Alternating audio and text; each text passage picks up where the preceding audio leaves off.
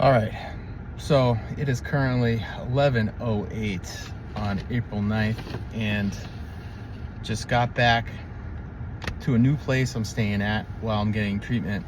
But anyways, just got back finally from Boston after my first chemo infusion, and I'm going to tell you what you can expect, possibly. This is my own experience, the first time you go in for treatment. Now I got the FOLFOX treatment, which is 3 different types of chemos today, and everyone is going to affect you differently. Now, so I did some research, and weight is a super important thing. They want you to maintain a certain weight, because if you lose weight, that means you're not eating enough. And if you're not eating enough, you're actually getting weaker. And I think that has a lot to do with, I mean, obviously you're gonna lose your appetite and things, but a lot of that comes down to self-discipline, maybe. How good you were about making sure you ate often, and you're already used to eating good healthy foods and stuff, and persevering with discipline when you don't want to, you do things you don't want to do because you know you have to, whatever. I feel like half of it is mindset, but I did not have a good experience, but I think my experience turned out to be better than it was because I did take some precautions, and I used what tools I had already in my toolbox to get through the day. But holy fucking shit, I went in there kind of cocky. But yeah, so these 3 medicines, they all act differently. So as you're getting the infusion, one's not going to be so bad and it's manageable, and the other is going to be really bad, and then you're going to get side effects from the first one that you just got that come up later. So I'm going to tell you all about that. First, I'm going to tell you how I prepared, because this is important. So it's all about weight, like I said. Now, 3-4 weeks ago, I've been intermittent fasting, trying to starve the cancer cells from growing, because their main sources of fuel are glucose, sugar, especially like refined sugars that spike insulin. That's why they inject you with glucose when you get like a PET scan or a CAT scan, because it will light up the the cancer cells because they're activated. So that was one precaution I was taking. Honestly, I started doing that back in January because I knew my body was off. I'm very in tune with my body.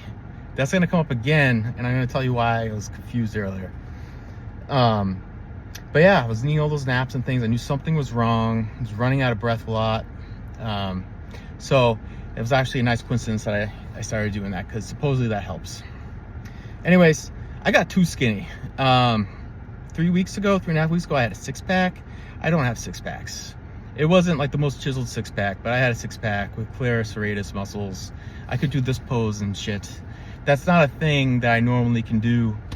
And then when I got down to 187, I just lost my strength. And I will give my soon-to-be ex-wife credit for suggesting, if I were you, I wouldn't try to lose weight. I'd be trying to gain weight. And I was aggravated for about 5 seconds, and then I said, you know what, she is a nurse, so you know what, thank you for suggesting that, because that was actually a really good idea. And I'm glad I did, because I was actually getting really weak, and I turned the ship around. I realized I should put on some size, so I took about the last 2 weeks and I ate like a Mediterranean diet, but I doubled down the carbs. I wasn't intermittent fasting anymore. I gained about 10 pounds, so I'm 197. Turns out it's really good to carb load too. So if you can't eat for like 1 or 2 days, so you're not going to burn muscle. They don't mention this, but the body will not burn muscle for 3 days.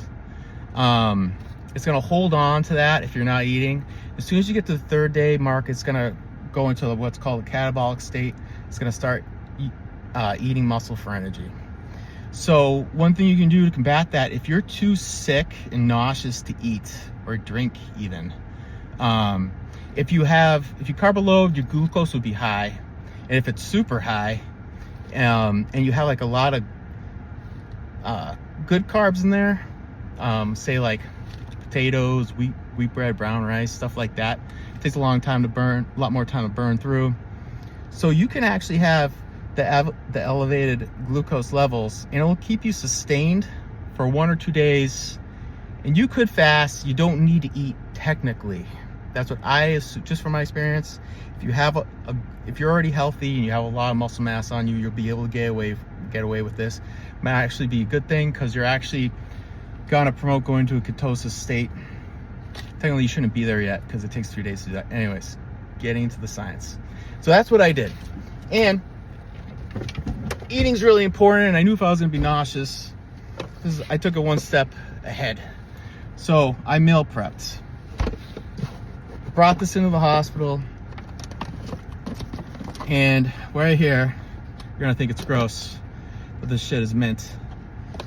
I pressure cooked about 10 servings of brown rice, chicken, lean chicken, and a whole bunch of kale. There's about 600 calories per serving, close to 30 grams of protein, 36 grams of carbs. I got it to hold weight. I gotta stay at 2,500 calories. I'm gonna portion this out so it's in a big bucket. 2,500 calories a day. I got fucking wicked nauseous. It was really hard to eat, and I'm not gonna make myself eat. I'm gonna just take bites at a time, and as long as I get through it the whole day, that means I met my goal. I'm good. But anyways, I ate before I went to the hospital. I ate at the hospital. I ate when I wasn't hungry, before I got nauseous, just prepare. And it helped. But I would hate to see how much it helped if I didn't do it, because shit hits you like a fucking freight train. My God. So anyways, that's how you should think about preparing. That's how I prepared. What it looks like when you go in, you got to go in there a couple hours early, because they got to take your blood. They send it to a lab. It takes about an hour to come back. They need to know if I have enough red blood cells, if I have enough platelets, some stuff. I was kind of like zoning out, honestly. I was like, just do this. I'll figure it out as it comes. I don't want to worry about it too much.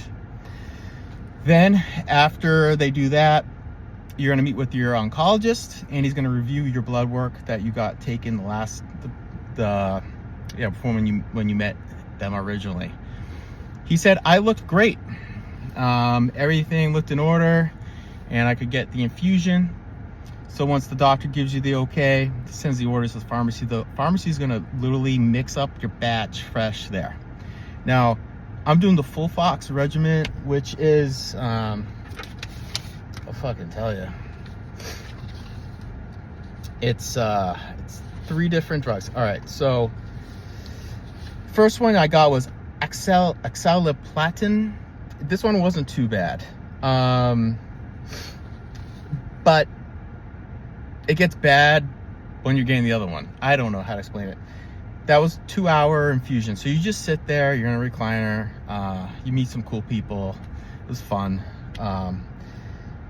Then you get, for a half hour, you get, I got this other one, which sucked. It was, forgive me. It should be right there. Oh, a rhinotecan. This shit was awful. They think they gave me too much at once. So what they want to do is spread it out for a 15-minute longer duration. But oh my God, it was bad. And then before you leave, you get hooked up to a pump.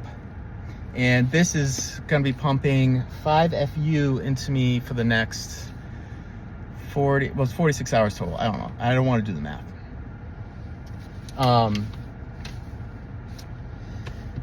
Yeah, so I'm glad I meal prepped, because you know what? I didn't even do updates. You know what? You guys need updates. That's what this channel is all about first, right? I'm sorry, I can't fucking prepare. I forgot to tell you.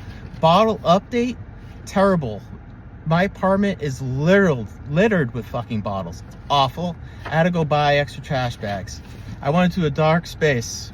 It was really a lot of fatigue, and I couldn't concentrate. I felt great. It was really positive, but I guess maybe my subconscious is, it caught up to me or some shit. I caught it and forced myself to work out and take some time for myself. But oh man, bottles up the wazoo. Bank account update. It's nothing to brag about. It was getting really tight there, and it's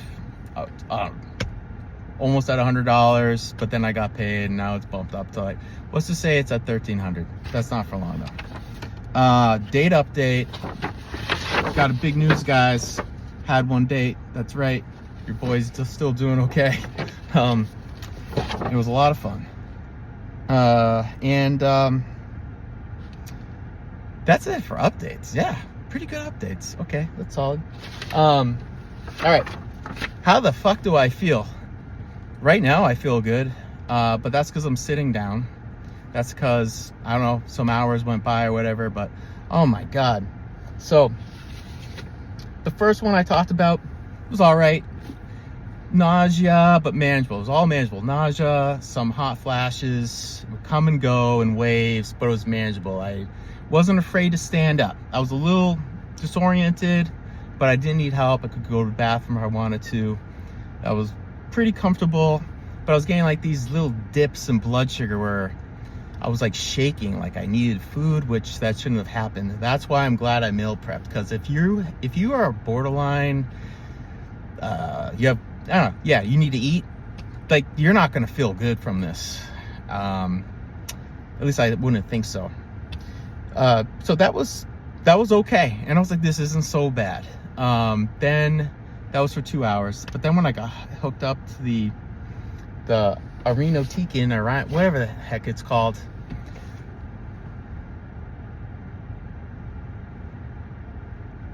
stuff started happening, and it was bad, and I was like, it's kind of manageable. So first thing that happens is you're gonna get, well, my eyes started twitching and bugging out, and I felt like my eyes were kind of going like this in my head. I'm like, okay.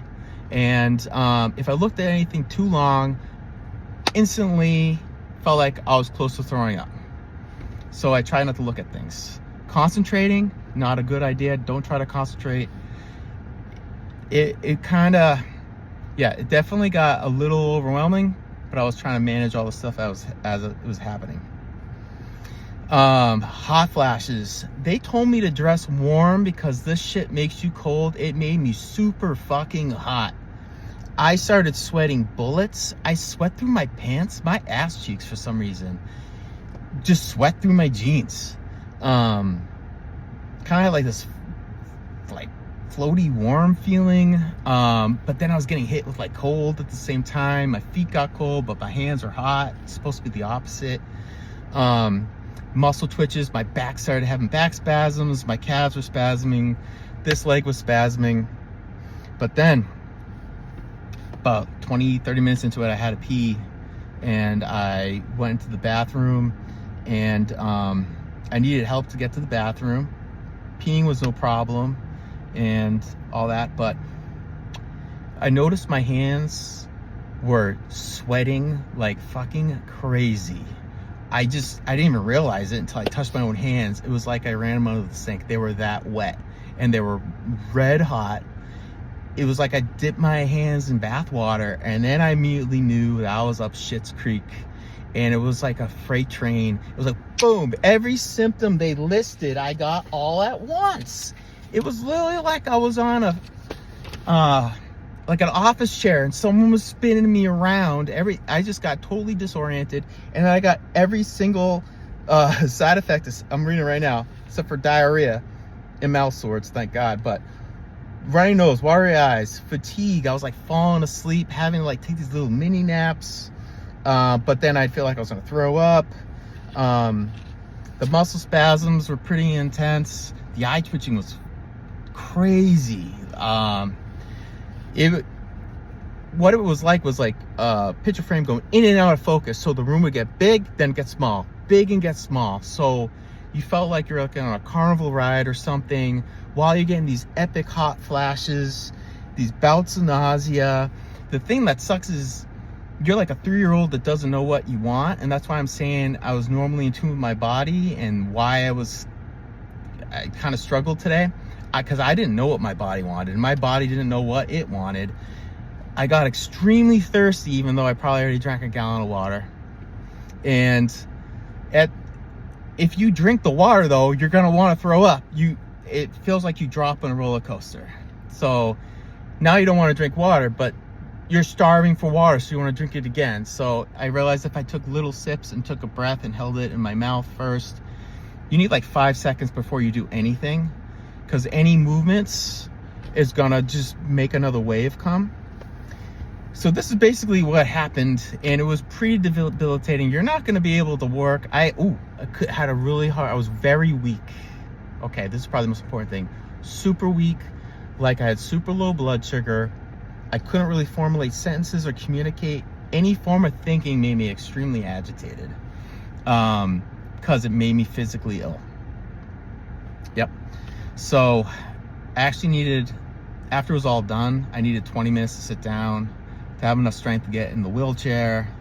They were like, well, we gave you too much, and we're gonna adjust it next time. So someone told me, who I respect a lot, try not to be a hero, and I was like, all right, fuck it, I'll have my mom wheel me down a wheelchair. I felt like a little bitch, but honestly, it was probably a good idea because it was pretty bad. But then, here's some advice for you. So if you do not do well in uncomfortable situations, like if you haven't faced adversity a lot of times, especially with your health, and you tend to panic rather than stay calm, and you're able to take an account for all the data that's happening at the moment and make a clear, concise plan without fucking freaking out, this is going to be very difficult for you, because you're going to get scared, and when you're scared, you're just going to react, and you're going to make it a lot worse. So there's a lot of self-control involved. I would suggest, I got a hotel room the night before, which was a good idea because you want to sleep, obviously. But this drive home sucked ass. It took like 5 hours to get home. There was traffic up the wazoo. Guess what? You're going to get car sick. I don't think I ever got car sick. Literally got super car sick like my daughter used to get, or still does sometimes. That was bad. Like, had to pull over or get food because I felt like I had low blood sugar. This low blood sugar thing is so weird. I went to Bertucci's because I love pizza, and I was like, if I can't eat pizza, there's a problem. Water tasted like flowers. That was another weird thing, because when they pump that, you're getting some of the chemicals. Taste the chemicals in your mouth. I had to nap at Bertucci's 4 or 5 times in between bites of things. I was so run down and tired. The nausea was saying you can't eat, but my blood sugar, my body, I realized I didn't need the food. It was gonna make me feel better. So I had to chew slow, take breaths. I was super hungry. It switches so fast. That's the problem. I was super hungry, and I would gobble food, but then I'd be like, I feel discombobulated again, and then I'd take a little nap, then I'd feel fine. I had to tell the waiter, I was like, dude, like, I'm not on drugs, like, I'm getting chemo right now. I was literally sweating bullets. It was embarrassing. I clearly stuck out like a sore thumb, not like I already don't. So it was brain fog. It was definitely hard to get the pattern down, but I got a pattern down, and I was able to wolf down 2 mozzarella sticks, 2 rolls, 4 pieces of pizza. I capped it at 4. I could have ate the whole thing, but I'm already way over calories, and I'm not trying to get into a food coma now and have the opposite effect. Drive home was better. I got my strength back. Endurance, not so much. You're just gonna be fatigued. So they say it should take like an hour. It took me 3 hours. Now I think it's just a fatigue thing, but and dizziness and things like that. You really have to pace yourself. There's a lot of pre-thinking you're gonna have to do before you do tasks. But this is only my first infusion. There's also a compound effect. Each time I get one, I'm gonna feel worse. But the goal is to identify the trends, learn my body, come up with my coping skills, have a strategy and plan, and I'm gonna deal with all this. Suppose the second week's a lot better. I can make this all work somehow. I'm feeling really positive. There's one more thing I gotta mention that's super important, but I just forgot it. So you're gonna have to probably wait till the next video. Oh, this is it. The reason why I feel so good right now is they gave me a bunch of really strong steroids and some other shit. I wasn't really paying attention. It's like, whatever. It's too much to process. I'll just deal with it like a man because I'm being an idiot. And so I'm going to feel good tomorrow. Good Friday, like as good as good can be. Probably like now, it's not that good. Saturday is going to suck. I have to go back on Friday and have them disconnect the pump. So that's a nice 5 hours there. But Saturday and Sunday are going to be really bad. So I'll update you on that. So I guess that's it for now. Overall, really fun experience. It was interesting. I'm weird. The first thing I think is, what can I learn from this, I guess? And, you know, I should have mentioned this at the beginning of the video. You're probably not even still watching, but it's kind of like a personal thing for me too, because both my sister and my brother had cancer. My sister had leukemia, and she got doused with chemo. She was 5. Looking back, even as a young kid, it was hard to watch. And my brother had throat cancer. My brother passed away from that 2014. He was my half brother. But when he died, that really hit home, and that's what really made me start eating a lot of raw fruits, vegetables, and trying to take care of myself, because I knew there's a gene in my family. I knew it was going to happen, especially with the underlying condition of ulcerative colitis. I don't even know if I mentioned that. So I almost always felt bad that, I don't know. I'm glad I get to experience it, because I want to be able to feel what they feel. I don't know, just maybe it's like a full circle thing or whatever. But this is a good thing. Don't worry about me. I'm going to come out on top, and I'm still going to be just as strong as I was before. Expect to make a complete turnaround here. I do have to get radiation and surgery in the fall. They are going to take most of my colon out probably, but that's further down the road. Anyways, if you made it this far, thanks for watching. Like and subscribe if you want. I'll give you plenty of more date updates. I'll give you plenty more bank updates, plenty more updates, ball updates. As soon as I start buying train, guys, I'm in a really bad spot, and I need your encouragement. I love trains. If I buy trains, it's not good. Not there yet, though. Anyways, this is Relentless Persistence. Thanks for tuning in, and remember, gonna be so fucking positive, no one can ignore it.